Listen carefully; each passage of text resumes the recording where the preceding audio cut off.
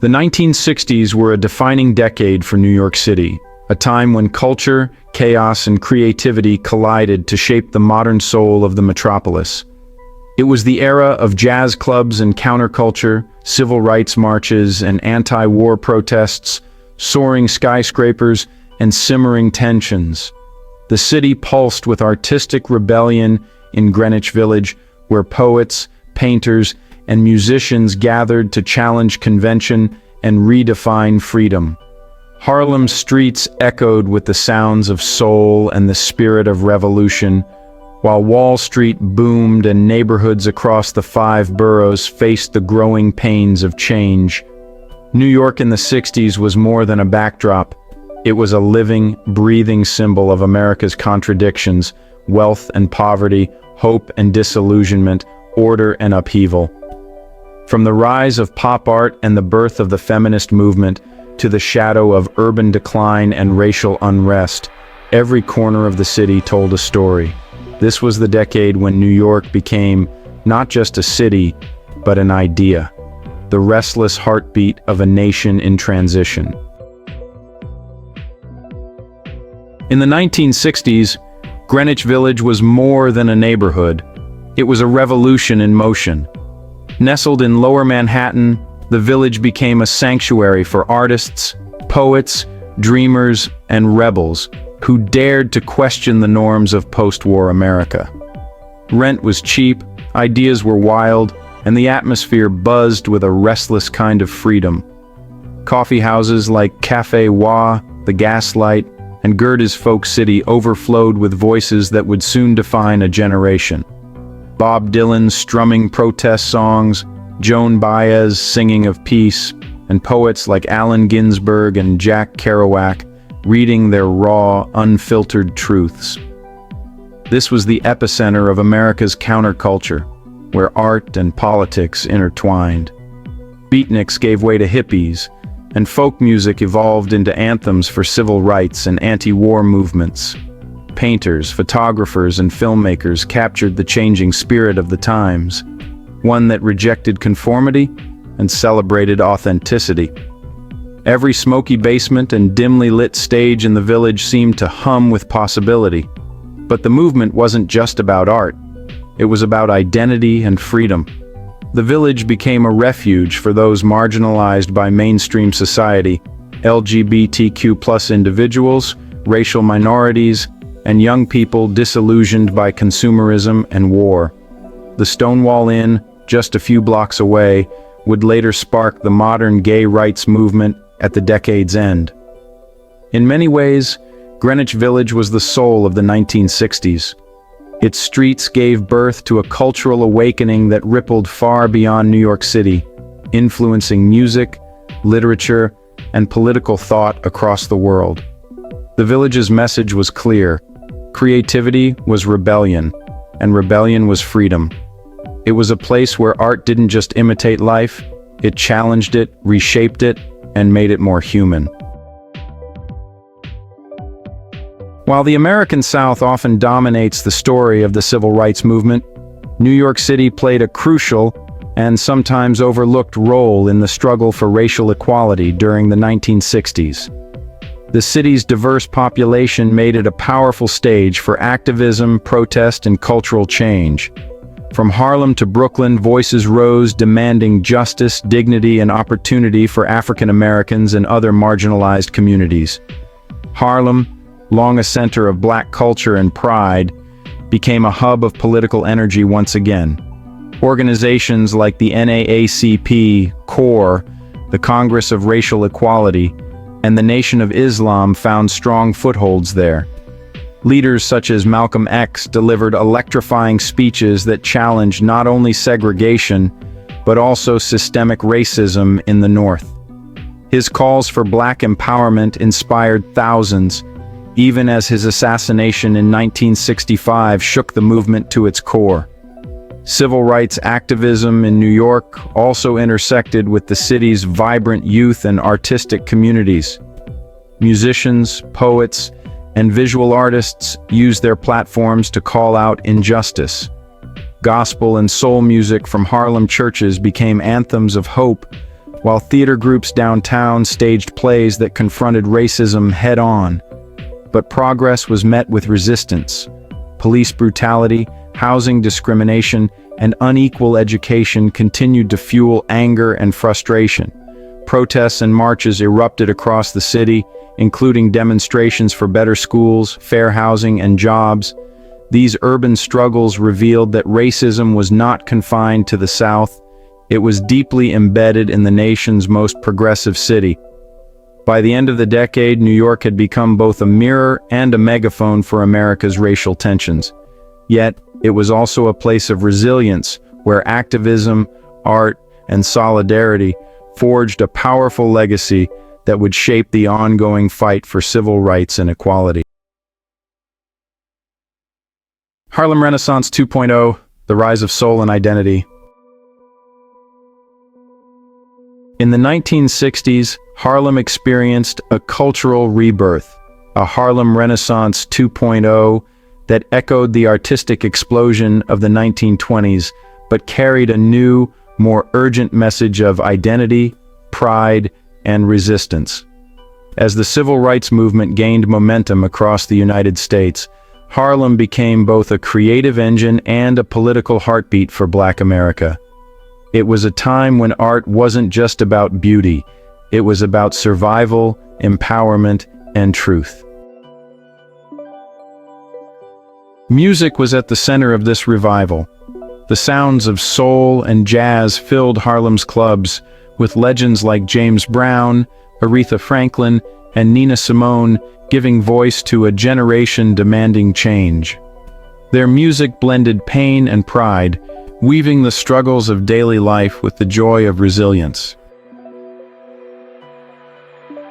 The Apollo Theater became the stage where Black excellence shone brightest, where new stars were born and audiences celebrated their collective strength. Beyond music, a new wave of writers, poets, and thinkers emerged, carrying forward the spirit of Langston Hughes and Zora Neale Hurston. The Black arts movement, led by figures like Amiri Baraka and Sonia Sanchez, turned Harlem into a hub of revolutionary thought. Through words, paintings, and performance, artists reclaimed the narrative of Black identity, no longer asking for acceptance but asserting power and presence. At the same time, grassroots activism grew stronger. Harlem's streets were filled with marches, rallies, and speeches demanding justice and dignity. The rise of soul was more than a musical shift. It was a declaration of self-worth, echoing the broader Black is Beautiful movement that celebrated natural hair, African heritage, and community pride. In this era, Harlem stood as a symbol of defiance and creativity, a place where art and activism merged to form the soundtrack of liberation, and where a people rediscovered the rhythm of their own power. The birth of pop art and the factory scene. In the 1960s, New York City became the birthplace of a new artistic rebellion, pop art, a movement that blurred the lines between high culture and mass media. At the center of it all stood Andy Warhol, the enigmatic artist who transformed soup cans, movie stars, and consumer products into bold cultural symbols. His studio, known as The Factory, was more than just a workspace. It was a living art experiment, a social hub, and a mirror reflecting America's growing obsession with fame and consumption. Inside the factory's silver-painted walls, creativity and chaos coexisted. Artists, models, musicians, and misfits gathered in a world where the traditional rules of art no longer applied. Warhol's philosophy was simple yet radical. Everyday objects were worthy of artistic celebration. By reproducing images of Marilyn Monroe, Coca-Cola bottles, and dollar bills, he challenged the notion of originality and questioned what art really meant in an age of mass production. The factory also became a haven for the avant-garde. Filmmakers like Paul Morrissey, musicians like the Velvet Underground, and muses like Edie Sedgwick helped turn it into a cultural laboratory. It was a place where creativity met celebrity, where art was both performance and product. Flashbulbs, silk screens, and scandal were all part of the process. Beyond Warhol, other pop art pioneers like Roy Lichtenstein, Claes Oldenburg, and James Rosenquist joined the movement, using comic strips, advertisements, and consumer imagery to capture the pulse of a media-saturated America. Together, they transformed New York into the epicenter of a global artistic revolution. The pop art era wasn't just about style, it was a reflection of society itself. In the glossy surfaces and repeated images of the factory's creations, America saw its own reflection. Glamorous, restless, and endlessly fascinated by itself. Urban growth and the changing skyline. During the 1960s, New York City's skyline became a symbol of ambition, innovation, and contradiction. The city was booming, its population swelling, its economy expanding, and its skyline reaching ever higher into the clouds. Skyscrapers multiplied like steel and glass monuments to progress, reshaping Manhattan's horizon and reflecting the optimism of post-war America. Yet beneath this upward surge lay deeper questions about what was being built and for whom. The decade saw the rise of architectural icons that redefined modern urban design. The Chrysler Building and the Empire State Building were no longer alone in dominating the skyline. New towers like the Pan Am Building, now the MetLife. So, Building and One Chase Manhattan Plaza introduced this sleek, functional modernism to the cityscape. Corporate America was really staking its claim in Midtown and downtown, signaling a whole new era of global finance and business power centered right in New York. But this rapid urban growth came with a cost. Entire neighborhoods were transformed, or honestly, just erased, in the name of urban renewal. Under city planner Robert Moses, expressways and high-rise developments displaced thousands, especially in working-class and minority communities like the Bronx and the Lower East Side. While developers celebrated what they called progress, a lot of residents just saw their neighborhoods vanish under the wrecking ball. At the same time, artists, architects, and preservationists started to push back. The destruction of the original Penn Station in 1963 sparked outrage and really helped ignite the modern preservation movement, a call to protect the city's architectural soul from all this unchecked modernization. By the end of the decade, New York's skyline stood as both a triumph and a warning, a breathtaking display of human achievement, and, well, a reminder of the people and histories left behind. The city was growing taller, faster, and bolder, but it was also learning that progress without compassion came at a price.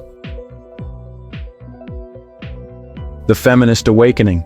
In the 1960s, New York City became one of the central battlegrounds for the emerging feminist movement, a revolution that sought to redefine what it meant to be a woman in modern America. After decades of domestic expectations and workplace inequality, women in New York began to rise up, demanding autonomy, opportunity, and respect. This was not just a political shift, it was a cultural awakening that transformed daily life, art, media, and consciousness itself. The movement took root in the city's universities, offices, and coffee houses, where women began sharing stories of discrimination and disillusionment. Influential figures like Betty Friedan, author of The Feminine Mystique, back in 1963, gave language to a widespread feeling of emptiness among women confined to suburban domesticity. Her words ignited a spark that spread quickly through New York's intellectual and activist circles. Soon after, the National Organization for Women, or NOW, was formed, fighting for equal pay, reproductive rights, and workplace equality. New York's feminist awakening was not confined to political activism. It infused the city's cultural landscape. Artists like Yoko Ono, Judy Chicago, and Carolee Schneemann used performance and visual art to challenge the male-dominated art world and celebrate the female experience. Magazines, underground newspapers, and consciousness-raising groups flourished, creating spaces where women's voices could finally be heard without apology. Meanwhile, protests filled the streets. Women marched for the right to control their bodies, to enter male-dominated professions, and to be recognized as equals under the law. The feminist movement in New York became a loud, unapologetic force that refused to fade back into silence. By the decade's end, the city had become a crucible of change. The women of 1960s New York didn't just demand liberation, they defined it, laying the groundwork for the gender equality movements that continue to shape society today. The 1960s were a decade of defiance, and nowhere did that spirit burn brighter or louder than in New York City.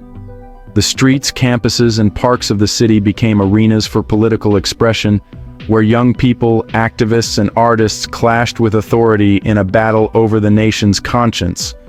From anti-war marches to student occupations, New York was both a stage and a symbol of America's growing unrest. At the heart of the turmoil was the Vietnam War, which fueled outrage among students and intellectuals. Columbia University became a flashpoint in 1968, when students occupied campus buildings to protest the university's ties to military research and its plan to build a segregated gym in Harlem. The standoff ended in violent police intervention, shocking the city and the nation. Yet it also galvanized a generation determined to question power and resist injustice. Beyond the campus gates, protests filled the avenues. Thousands marched down Fifth Avenue demanding peace, while others gathered in Washington Square Park and Central Park for rallies that blended music, art, and activism. The city's atmosphere was electric, filled with both hope and hostility. Anti-war activists, civil rights leaders, feminists, and counterculture icons converged, united by a shared belief that America could and must change. The decade also saw the rise of radical movements. The Black Panther Party, Students for a Democratic Society, and other activist groups found support in New York's diverse neighborhoods. Their calls for justice, equality, and revolution echoed through the tenements and campuses alike. But with protest came polarization, police crackdowns, political assassinations, and social upheaval tested the city's resilience. Still, out of the chaos came clarity. A generation found its voice, and New York City proved once again that it was not just an observer of history, but one of its fiercest makers. The Broadway Revolution. In the 1960s, Broadway underwent a dramatic transformation that mirrored the cultural and political upheaval of New York City itself. What had long been a haven for glamorous escapism and classic show tunes became a stage for social commentary, artistic experimentation, and cultural revolution. The decade's productions shattered conventions, giving audiences stories that reflected the turbulent times they lived in, real, raw, and unapologetically bold. One of the most groundbreaking moments came with Hair in 1967, the first true rock musical. With its anti-war message, celebration of free love, and racially diverse cast, Hair captured the spirit of the counterculture and brought it to the heart of mainstream theater. Gone were the polished ballads of traditional musicals. In their place came electric guitars, protest songs, and a fearless authenticity that shocked and inspired audiences. But Hair was just one piece of a broader revolution.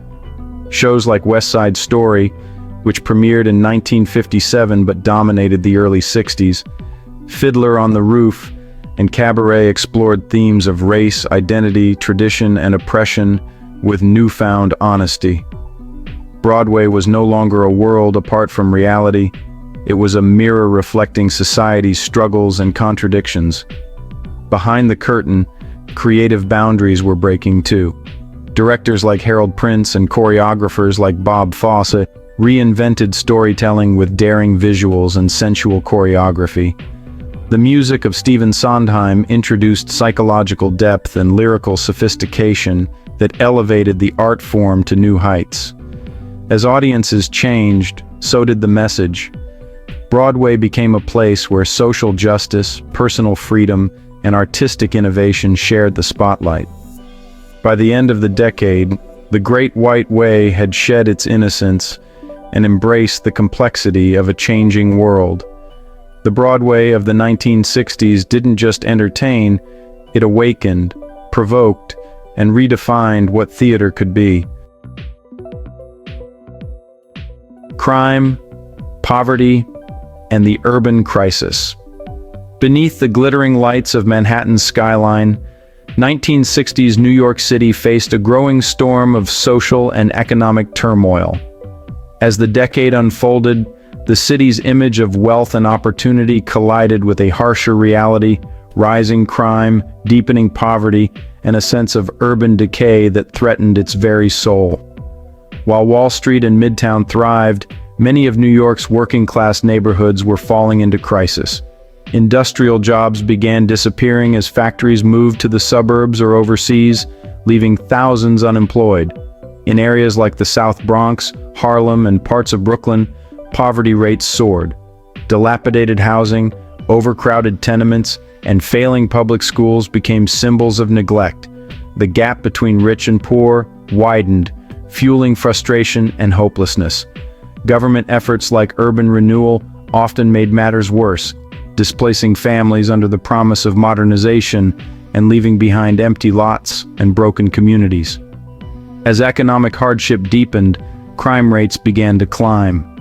The media painted the city as increasingly dangerous, with stories of muggings, robberies, and drug use dominating headlines.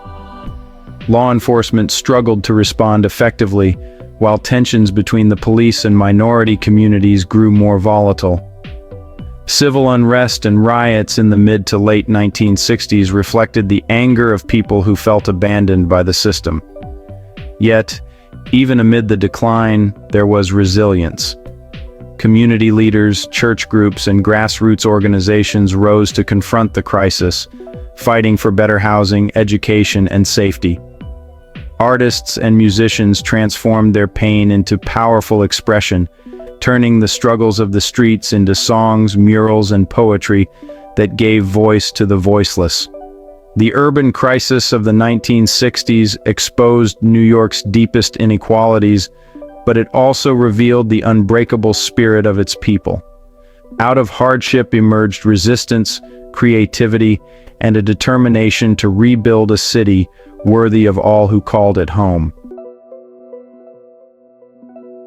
The spirit of reinvention. Throughout the 1960s, New York City stood as a microcosm of America's greatest hopes and deepest contradictions.